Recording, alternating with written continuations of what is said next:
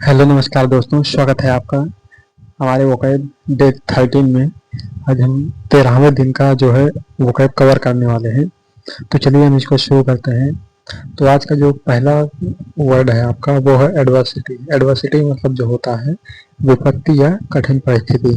विपत्ति या कठिन परिस्थिति को जो है हम एडवर्सिटी कहते हैं। तो इसका जो सिनोनिम होगा वो होगा हार्डशिप हो गया, मिसफॉर्च्यून हो गया, डिफिकल्टी हो गया, सभी जो है आपका सिनोनिम हो जाएंगे एडवर्सिटी के।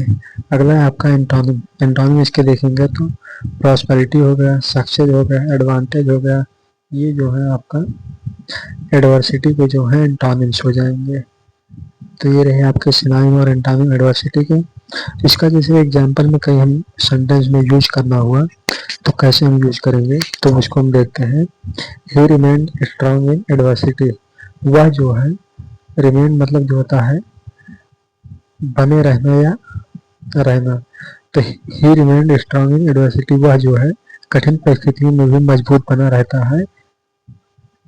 इस प्रकार हम इसका प्रयोग कर सकते हैं।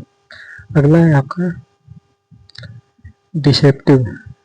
डिसेप्टिव मतलब जो होता है आपका डिसेप्टिव, धोखा देने वाला या भ्रामक जो होता है उसे हम डिसेप्टिव कहते हैं, उसे हम भ्रामक कहते हैं। इसके सिनोनिम देखेंगे तो मिसलीडिंग हो गया, फॉल्स हो गया, फ्रॉडुलेंट हो गया, सभी जो है आपका डिसेप्टिव के सिनोनिम हो जाएंगे। इसके एंटोनिम देखेंगे तो हो गया ऑनेस्ट हो जाएगा, ट्रूथफुल हो गया, जेन्युइन हो गया, सभी जो है आपका डिसेप्टिव के एंटोनिम्स हो जाएंगे। इसके एग्जांपल में जैसे प्रयोग हुआ तो द एडवर्टाइजमेंट वाज डिसेप्टिव। वह जो विज्ञापन था, एडवर्टाइजमेंट मतलब विज्ञापन होता है, द वह विज्ञापन जो था वह भ्रामक था। तो इस प्रकार से हम जो है आपका डिसेप्टिव का यूज कर सकते हैं किसी सेंटेंस में। अगला है आपका फिजिबल। फिजिबल मतलब जो होता है जो आसानी से किया जा सके या व्यवहारिक हो, जिसे हम सामान्यतः रोज करते हो, वही हमारा जो फिजिबल कहलाता है। जैसे इसके सिनोनिम देखेंगे तो पॉसिबल हो गया, प्रैक्टिकल हो गया, अचीवेबल हो गया, सभी जो है आपका फिजिबल के सिनोनिम्स हो जाएंगे। इसके एंटोनिम देखेंगे तो इम्पॉसिबल हो गया, इम्प्रैक्टिकल हो गया, अनवर्केबल हो गया, ये जो है आपका फिजिबल के एंटोनिम्स हो जाएंगे, इसके जो बिलोंग हो जाएंगे। इसका जैसे कहीं यूज करना पड़ा किसी सेंटेंस में तो इसका यूज जैसे होगा this is a feasible plan, यह जो है एक व्यवहारिक योजना है, फिजिबल प्लान है। तो इस प्रकार जो है हम इसका प्रयोग किसी सेंटेंस में कर सकते हैं। अगला जो है आपका इनएविटेबल। इनएविटेबल मतलब जो होता है जिसे टाला न जा सके, अनिवार्य हो, मतलब जो काम होना है तो मतलब हो जाएगा, उसे हम अपनी मर्जी से टाल नहीं सकते, वही आपका इनएविटेबल होता है। तो इसका जो सिनोनिम देखेंगे तो वो होगा अनएवॉइडेबल, सर्टेन हो गया, इनएस्केपेबल हो गया, ये सभी जो है आपका इनएविटेबल के जो है सिनोनिम्स हो जाएंगे। इसके एंटोनिम देखेंगे तो एवॉइडेबल हो गया, अनसर्टेन हो गया, प्रिवेंटेबल हो गया, ये सभी जो है आपका इनएविटेबल के जो है एंटोनिम्स हो जाएंगे, इसके विपरीत हो जाएंगे। इसके एग्जांपल देखेंगे तो चेंज इज इनएविटेबल, परिवर्तन को जो है हम टाल नहीं सकते, अर्थात टाला नहीं जा सकता, चेंज इज इनएविटेबल। तो इस प्रकार जो है हम इनएविटेबल का यूज कर सकते हैं सेंटेंस में। अगला है आपका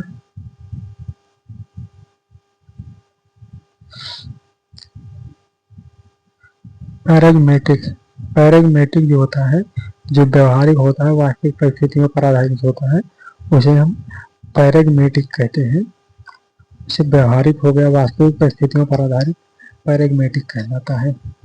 इसके सिनोनिम देखेंगे तो प्रैक्टिकल हो गया, रियलिस्टिक हो गया, सेंसिबल हो गया, सभी जो है आपका पैराग्मेटिक के जो है सिनोनिम हो जाएंगे। एंटोनिम इसके देखेंगे तो आइडियलिस्टिक हो गया, इम्प्रैक्टिकल हो गया, अनरियलिस्टिक हो गया, सभी जो है आपका प्रैग्मेटिक हो गया, इसके एंटोनिम्स हो जाएंगे। अगले इसके जो हम सेंटेंस में यूज करेंगे तो हो जाएगा we need a pragmatic solution to this problem. हमें जो है एक वास्तविक या व्यवहारिक सोल्यूशन चाहिए इस समस्या के लिए, इस समस्या के लिए हमें एक व्यवहारिक समाधान चाहिए, अर्थात प्रैग्मेटिक समाधान चाहिए, सॉल्यूशन चाहिए। तो इस प्रकार जो हम प्रैग्मेटिक के का यूज कर सकते हैं किसी सेंटेंस में। अगला जो है आपका कोहेरेंट। कोहेरेंट मतलब जो होता है तार्किक या अस्पष्ट। तार्किक या अस्पष्ट जो होता है कोहेरेंट कहलाता है। इसका जो सिनोनिम हो जाएगा वो हो जाएगा लॉजिकल हो गया, क्लियर हो गया, कंसिस्टेंट हो गया, सभी जो है आपका कोहेरेंट के सिनोनिम्स हो जाएंगे। इसके एंटोनिम्स देखेंगे तो जैसे हो गया कंफ्यूजिंग हो गया, अनक्लियर हो गया, इलॉजिकल हो गया, सभी जो है आपका कोहेरेंट के एंटोनिम्स हो जाएंगे। इसका जो सेंटेंस में यूज करेंगे तो वो होगा she gave a coherent explanation, अर्थात उसने जो है तार्किक व्याख्या दी, एक स्पष्ट व्याख्या दी। इसे कहते हैं कोहेरेंट। कोहेरेंट जो होता है तार्किक या स्पष्ट कहलाता है आपका, यही आपका कोहेरेंट होता है। अगला है आपका इलोक्वेंट। इलोक्वेंट मतलब जो होता है प्रभावशाली ढंग से बोलने वाला, प्रभावशाली ढंग से बोलने वाला, वही आपका इलोक्वेंट कहलाता है। इसके सिनोनिम्स हो जाएंगे जैसे एक्सप्रेसिव हो गया, फ्लुएंट हो गया, परसुएसिव हो गया, सभी जो है आपका इलोक्वेंट के सिनोनिम हो जाएंगे। इसका एंटोनिम देखेंगे इलोक्वेंट का तो वो हो जाएगा इनआर्टिकुलेट हो गया, अनक्लियर हो गया, इनइफेक्टिव हो गया, सभी जो है आपका इलोक्वेंट के आपका एंटोनिम हो जाएंगे। इसके एग्जाम्पल देखते हैं, जैसे इसका यूज करना पड़ा तो he gave an eloquent speech, उसने जो है एक प्रभावशाली भाषण दिया है। इसे हम इलोक्वेंट कहते हैं, प्रभावशाली ढंग से बोलना या फ्लुएंटली बोलना, वही आपका इलोक्वेंट कहलाता है। अगला है आपका ग्रेफ्टी। ग्रेटिफाई। ग्रेटिफाई मतलब जो होता है प्रसन्न या संतुष्ट करना, प्रसन्न या संतुष्ट करना आपका जो है ग्रेटिफाई कहलाता है। ग्रेटिफाई करना में प्रसन्न करना और संतुष्ट करना। इसके सिनोनिम्स हो जाएंगे जैसे प्लीज हो गया, सेटिस्फाई हो गया, डिलाइट हो गया, सभी जो है आपका ग्रेटिफाई के सिनोनिम्स हो जाएंगे। इसके एंटोनिम देखेंगे तो डिस्प्लीज हो गया, डिससेटिस्फाई हो गया, एनॉय हो गया, सभी जो है आपका ग्रेटिफाई के एंटोनिम्स हो जाएंगे। जैसे इसका एग्जांपल देखेंगे your success gratify your parents, आपकी जो सफलता है वो जो है आपके पेरेंट्स को जो है प्रसन्न करती है, संतुष्ट करती है, यही आपका ग्रेटिफाई कहलाता है, ग्रेटिफाई करता है। तो इस प्रकार हम ग्रेटिफाई को देखेंगे। अगला है आपका मैग्नेनिमस। मैग्नेनिमस मतलब जो होता है वो होता है उदार या क्षमाशील। उदार या क्षमाशील जो होता है उसे मैग्नेनिमस कहते हैं। क्षमाशील या उदार जो होता है, इसके सिनोनिम देखेंगे तो जनरस हो गया, नोबल हो गया, फॉरगिविंग हो गया, सभी जो है आपका मैग्नेनिमस के सिनोनिम्स हो जाएंगे।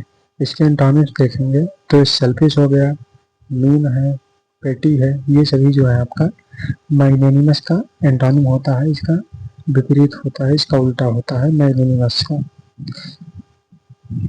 इसके एग्जाम्पल देखेंगे तो एग्जाम्पल में इसका यूज कैसे किया जाएगा तो वो हो जाएगा आपका he was magnanimous toward his opponent. He was magnanimous toward his opponent, मतलब वह अपने जो है विरोधी यानी प्रतिद्वंदी सामने वाले के प्रति भी जो है उदार था, इसे हम मैग्नेनिमस कहते हैं। अगला है आपका रेजिलिएंट हो गया। रेजिलिएंट हो गया इसे मतलब कठिनाई के बाद फिर से संभलने वाला, वही आपका रेजिलिएंट कहलाता है। तो इसके सिनोनिम्स हो जाएंगे जैसे स्ट्रांग हो गया, टफ हो गया, एडाप्टेबल हो गया, सभी जो है आपका रेजिलिएंट के सिनोनिम्स हो जाएंगे। इसके एंटोनिम देखेंगे तो वीक हो गया, फ्रेजाइल हो गया, वल्नरेबल हो गया, सभी जो है आपका रेजिलिएंट के एंटोनिम्स हो जाएंगे। इसका सेंटेंस में यूज कैसे करेंगे तो हम इस प्रकार से यूज करेंगे जैसे resilient person learns from failure. एक जो कठिनाई से उभरने वाला व्यक्ति होता है या दृढ़ व्यक्ति होता है वो जो है अपनी असफलताओं से सीखता है वही आपका रेजिलियंट कहलाता है। कठिनाई के बाद भी संभालने वाला वही आपका जो है रेजिलियंट कहलाता है। आइए हम देखते हैं आपका आज का ईडियम और फ्रेज भी देख लेते हैं इसी में। आज हम 5 ईडियम लेकर आए हैं, चलिए हम इनको भी देख लेते हैं। तो आपका जो पहला ईडियम है वो है a blessing in disguise. A blessing in disguise अर्थात जो आपका छिपा हुआ वरदान होता है। ऐसी चीज जो शुरू में बुरी लगे लेकिन बाद में फायदे की साबित हो, वही आपका ब्लेसिंग डिस्गाइज कहलाता है। इसके एग्जाम्पल देखेंगे, जैसे जो है losing the job was a blessing in disguise because he found a better one. मतलब उसके लिए जो जॉब थी पहले की, उसे त्यागना अर्थात उसे खोना उसके लिए जो है बहुत ही मतलब छिपा हुआ वरदान था, क्योंकि वह जो है एक नए अच्छी नौकरी उसे मिली है। तो वही आपका अ ब्लेसिंग इन डिस्गाइज होता है, छिपा हुआ वरदान होता है, इसे अ ब्लेसिंग इन डिस्गाइज कहते हैं। अगला है आपका beat around the bush. Beat around the bush जो होता है बात को घुमाना, बात को घुमा फिरा कर कहना, बीट अराउंड द बुश कहते हैं उसे। जैसे मुख्य बात को सीधे ना कहकर इधर उधर की बातें करना, वही आपका बीट अराउंड द बुश कहलाता है। बात को घुमाना ही जो है कहलाता है बीट अराउंड द बुश। तो इसका एग्जांपल देखेंगे, तो stop beating around bush the and tell me the truth. Stop beating around the bush and tell me the truth. बात को घुमाना बंद करो अर्थात मुझे सच बताओ। यही आपका जो है बीट अराउंड द बुश का आपका एग्जाम्पल है। अगला है आपका once in a blue moon. Once in a blue moon मतलब बहुत ही कम जो होता है उसे once in a blue moon कहते हैं। बहुत ही कम या कभी कभार, वही जो है आपका once in a blue moon कहलाता है। इसके एग्जाम्पल जैसे हो गया कि I eat fast food once in a blue moon. मैं जो है बहुत ही कम फास्ट फूड खाता हूँ, वही आपका जो है I eat fast food once in a blue moon मतलब कभी कभार खाता हूँ। अगला है आपका break the ice. Break the ice जो होता है झिझक दूर करने की बातचीत शुरू करना, झिझक दूर करके जो है बातचीत शुरू करना, यही आपका ब्रेक द आइस कहलाता है। वही आपका ब्रेक द आइस होता है।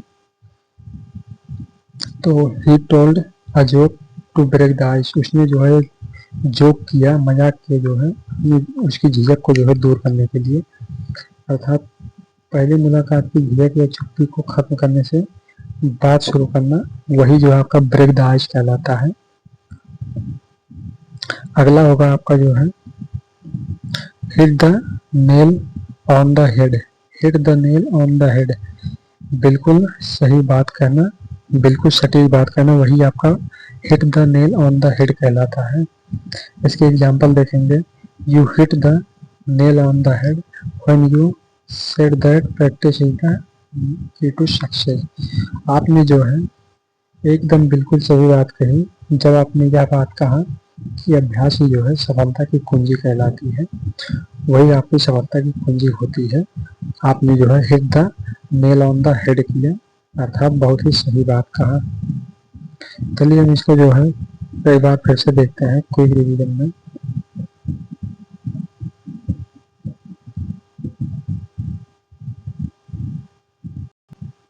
तो ये हो गया अब्लेसिंग इन, वैसे आपका अब्लेसिंग इन डिस्गाइज मतलब छिपा हुआ वरदान होता है। बीट अराउंड द बुश बात को घुमाना, once in a blue moon बहुत ही कम जो होता है, बहुत रेयर होता है, उसे हम कहते हैं once in a blue moon. Break the ice होता है झिझक दूर करना। Hit the nail on the head बिल्कुल सही बात कहना, बिल्कुल सटीक बात कहना। इसके हम जो है कुछ ब्लेसिंग मतलब जो होता है फायदा होना, वही जो है आपका, इसको ट्रिक से जो है आप देख लीजिएगा, आपको जैसा हो सके वैसा याद करिएगा। मिलेंगे आपसे एक और नए वीडियो में, तब तक के लिए नमस्कार, जय।